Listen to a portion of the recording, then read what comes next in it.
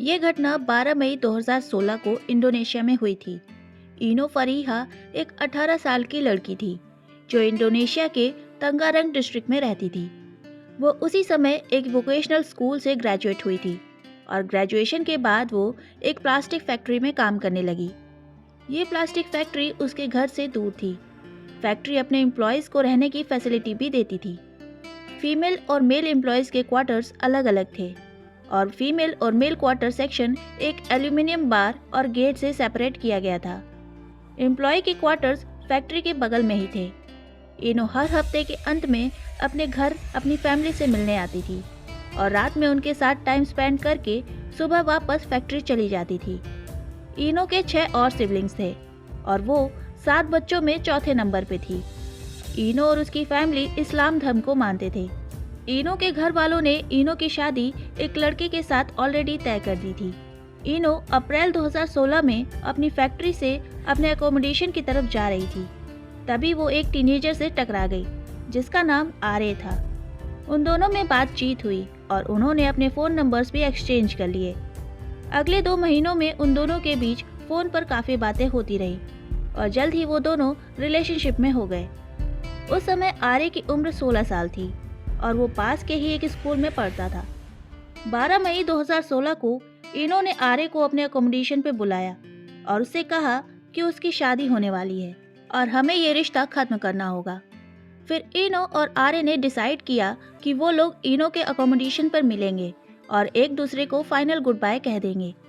रात के करीब 11:30 बजे आरे अकोमोडेशन के वीमेन सेक्शन के पास आया। इनो ने वहां आकर गेट खोला और वीमेन सेक्शन के अंदर ले गई। फिर वो दोनों इनो के रूम में चले गए। रूम में इनो और आरे ने आधे घंटे तक बातें की। फिर आरे अपने कपड़े उतारने लग गया। तब इनो ने उससे कहा कि उसका इंटीमेट होने का कोई भी इंटेंशन नहीं है क्योंकि वो प्रेग्नेंट नहीं होना चाहती और इनो ने आरे से वहां से जाने को कहा। आरे को इनो के रिजेक्शन से काफ़ी इंसल्ट फील हुआ और वो गुस्से में कपड़े पहनकर वहां से चला गया। रूम से निकलकर वो फीमेल और मेल सेक्शन के बीच के दरवाजे के पास खड़े होकर सिगरेट पीने लग गया। वहीं उसे 2 लड़के मिले, 24 साल का रहमत आरिफिन और 24 साल का इमाम हपराईदी। ये दोनों लड़के भी इनो के साथ प्लास्टिक फैक्ट्री में ही काम करते थे और फैक्ट्री के मेल क्वार्टर्स में रहते थे। उन दोनों ने आरे से पूछा कि तुम कौन हो और यहाँ क्या कर रहे हो। आरे ने बताया कि वो प्लास्टिक फैक्ट्री में काम करने वाली एक लड़की के साथ रिलेशनशिप में था जो यहीं रहती है और अब उन दोनों का रिश्ता खत्म हो गया है। फिर कुछ समय तक ये तीनों वहीं खड़े होकर बात करते रहे और तीनों में दोस्ती हो गई। उन दोनों ने आरे को बोला कि हम तुम्हारी गर्लफ्रेंड को देखना चाहते हैं, चलो हमें उसके रूम तक ले चलो। मेन और वुमेन सेक्शन के बीच का दरवाज़ा था, उसे आरे ने बंद नहीं किया था और ये तीनों उस दरवाजे से वुमेन डॉर्मेट्रीज में घुस गए। ये तीनों इनो के रूम के पास पहुंचे। आरे ने इनो के दरवाजे का हैंडल घुमाया और दरवाज़ा खुल गया क्योंकि इनो गेट को बंद करना भूल गई थी। इनो ने सोचा होगा कि आरे ने डॉर्मेट्रीज का दरवाज़ा बंद कर दिया है, इसलिए वो अपने रूम का दरवाज़ा बंद किए बिना ही सो गई। रहमत और इमाम ने इनो को देखकर उसे पहचान लिया। इमाम इनो के साथ फैक्ट्री के सेम सेक्शन में काम करता था और वो इनो को पसंद भी करता था। उसने किसी एम्प्लॉय से इनो का फ़ोन नंबर लेकर उसको मैसेजेस भी भेजे थे, लेकिन इनो ने उसके एक भी मैसेज का रिप्लाई नहीं किया था, जिसकी वजह से इमाम का ईगो काफ़ी हर्ट हुआ था और वो इनो पर काफ़ी गुस्सा था। रहमत ने भी इनो को पहचान लिया और कहा कि इनो ने कई बार उसे अगली बुलाया है और उसने बताया कि वो मुझे कहती है कि मेरी स्किन बहुत डार्क है। फिर इमाम ने पास में पड़ी तकिया उठाई और इनो के मुंह पर रखकर उसको चोक करने लग गया, जिसकी वजह से इनो की नींद खुल गई और वो स्ट्रगल करने लगी। तब इमाम ने अपनी पॉकेट से किचन फोर्क निकाला और इनो के चेहरे पर उससे वार करने लग गया। रहमत ने इनो के हाथ को पकड़ा और आरे को बोला कि तुम किचन में जाकर चाकू ले आओ। आरे किचन में चाकू ढूंढने लग गया पर उसे चाकू नहीं मिला। तब वो अकोमोडेशन के बगीचे में गया और वहाँ से फावड़ा उठाकर ले आया।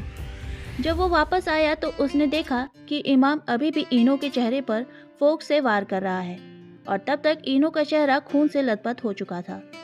तब इमाम ने आरे से बोला कि तुम फावड़े से इनो के चेहरे पर मारो और इनो ने उसके चेहरे पर एक बार फावड़े से हमला किया, जिसके बाद इनो ने स्ट्रगल करना बंद कर दिया पर उसकी सांसें अभी चल रही थी। फिर रहमत और इमाम ने इनो के साथ दुष्कर्म किया। वहीं आर्य गेट के पास खड़े होकर देख रहा था कि कहीं कोई आ तो नहीं रहा। फिर उन दोनों ने कहा कि अब तुम्हारी बारी। आर्य ने ट्राई किया पर इनो के चेहरे से निकलते हुए खून की वजह से वो ऐसा नहीं कर पाया, इसलिए वो इनो के प्राइवेट पार्ट्स को काटने लग गया। तभी रहमत ने फावड़ा उठाया और इनो के प्राइवेट पार्ट्स में इंसर्ट कर दिया और फावड़े के मिडल पार्ट पर किक करने लग गया, जिसकी वजह से इनो के इंटरनल ऑर्गन्स पूरी तरीके से फट गए और इनो की डेथ हो गई। फावड़े का 90% हैंडल उन सब ने इनो के शरीर में किक करके इंसर्ट कर दिया था। सच बताऊं तो ये मर्डर केस पढ़ते वक्त मेरे रोंगटे खड़े हो गए थे। उसके बाद तीनों ने अपने ऊपर लगे खून को साफ किया और इनो के कुछ कीमती सामान, जिसमें उसका फ़ोन भी शामिल था, चुरा लिया और इनो के अलमारी से सारे कपड़े निकालकर उसकी डेड बॉडी को ढक कर वहाँ से भाग गए। अगले दिन जब इनो काम पर नहीं आई तो उसके दोस्तों को उसकी चिंता होने लग गई। उन्होंने उसे मैसेजेस किए पर उनके मैसेज का कोई रिप्लाई नहीं आया। तब उसके फ्रेंड्स उसके रूम पर गए और दरवाज़ा खटखटाया। जब अंदर से कोई भी जवाब नहीं आया तो उन्होंने दरवाज़ा तोड़ा और अंदर गए। अंदर जाने पर उन्होंने उस भयानक मंजर को देखा और तुरंत पुलिस को इन्फॉर्म किया। पुलिस आई और इनो की डेड बॉडी को ले गई और उसकी डेड बॉडी की ऑटोप्सी हुई। ऑटोप्सी में पता चला कि उसकी मौत का कारण इंटरनल ब्लीडिंग था, क्योंकि फावड़े की वजह से उसके हार्ट, लंग्स और बाकी ऑर्गन्स डैमेज हो गए थे। उसके शरीर पर फिंगरप्रिंट्स, बाइट मार्क्स, सलाइवा और सीमन भी मिले थे। पुलिस को वह सारे ज़रूरी सबूत मिल गए जो कि कातिलों को पकड़ने के लिए चाहिए थे। जब ये न्यूज़ मीडिया में फैली तो डॉर्मेट्रीज की बाकी औरतों ने तुरंत अपने रूम को खाली कर दिया और वहाँ से चली गईं, क्योंकि उन्हें अब वहाँ सेफ नहीं फील हो रहा था। पुलिस ने इनो का मोबाइल फ़ोन ट्रेस किया, जो कि आर्य के पास मिला। फैक्ट्री के वर्कर से पूछताछ करने पर पुलिस को पता चला कि उन्होंने रात में रहमत और इमाम को वुमेन डॉर्मेट्रीज पर एक लड़के के साथ बात करते हुए देखा था। पुलिस ने रहमत और इमाम के रूम की तलाशी ली और उनको इनो का ब्लड उन दोनों के कपड़े पर मिला। जल्द ही तीनों को गिरफ्तार कर लिया गया और तीनों पर इनो के मर्डर के चार्जेस लगे। तीनों ने जल्द ही अपना गुनाह कबूल लिया और अपने अपने रीजंस दिए कि उन्होंने इनो को क्यों मारा। आर्य ने बोला कि वो इनो की शादी और उसके रिजेक्शन से गुस्सा था। रहमत ने बोला कि इनो ने उसको अगली बुलाया था और इमाम ने बोला कि इनो ने उसके मैसेजेस का रिप्लाई नहीं किया था, इसलिए उन तीनों ने उसे मार दिया। तीनों का डीएनए भी क्राइम सीन पर मिले डीएनए से मैच कर गया। पुलिस ने तीनों को फिर उस रात को उन्होंने क्या क्या किया था उसे रीएनेक्ट करने को कहा, जिसका वीडियो टीवी पर दिखाया गया और ये वीडियो यूट्यूब पर भी अवेलेबल है, जो कि काफ़ी डिस्टर्बिंग है। ट्रायल 2017 में शुरू हुआ। इनो की मां सारी हियरिंग पर मौजूद रहीं और उन्हें इनो पर हुए वो सारे टॉर्चर्स को डिटेल में सुनना पड़ा। मीडिया के मुताबिक ट्रायल्स के दौरान तीनों को अपने किए पर बिल्कुल भी पछतावा नहीं था। रहमत और इमाम को मौत की सज़ा सुनाई गई। इसके बाद इन दोनों का क्या हुआ ये जानकारी मुझे नहीं मिली कि इन दोनों को फांसी की सज़ा हो चुकी है या नहीं। आर्य को भी गिल्टी पाया गया, पर वो नाबालिग होने की वजह से उसे सिर्फ 10 साल की जेल की सज़ा सुनाई गई। कोर्ट के डिसीजन से पब्लिक में गुस्सा भर गया और वो लोग प्रोटेस्ट करने लग गए और आर्य को उन्हें सौंपने की बात करने लग गए। 100 से ज़्यादा लोगों ने कोर्ट के अंदर से आर्य को खींचकर बाहर निकाल कर पीटने की कोशिश भी की, जिसकी वजह से कोर्ट हियरिंग के दौरान पुलिस प्रोटेक्शन आर्य को दी गई, जिसकी वजह से दंगे भड़क गए और कई पुलिस ऑफिसर्स को गंभीर चोटें भी आई। इनो की मां ने मीडिया में बोला कि वो आर्य को दी गई सज़ा से काफ़ी नाखुश है।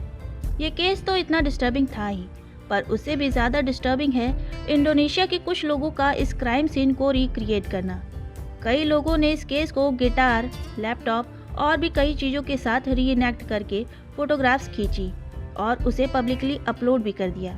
अगर आप ये वीडियो देख रहे हैं तो मैं आपको आगाह कर दूं कि प्लीज़ इस केस को सर्च ना करें। इस केस से रिलेटेड फ़ोटोज़ काफ़ी ईजिली अवेलेबल है और वो हद से ज़्यादा डिस्टर्बिंग है। तो आज के इस वीडियो में इतना ही। अगर वीडियो पसंद आया हो तो वीडियो को लाइक शेयर करें और चैनल को सब्सक्राइब करें। मिलते हैं अगले वीडियो में, तब तक के लिए बाय।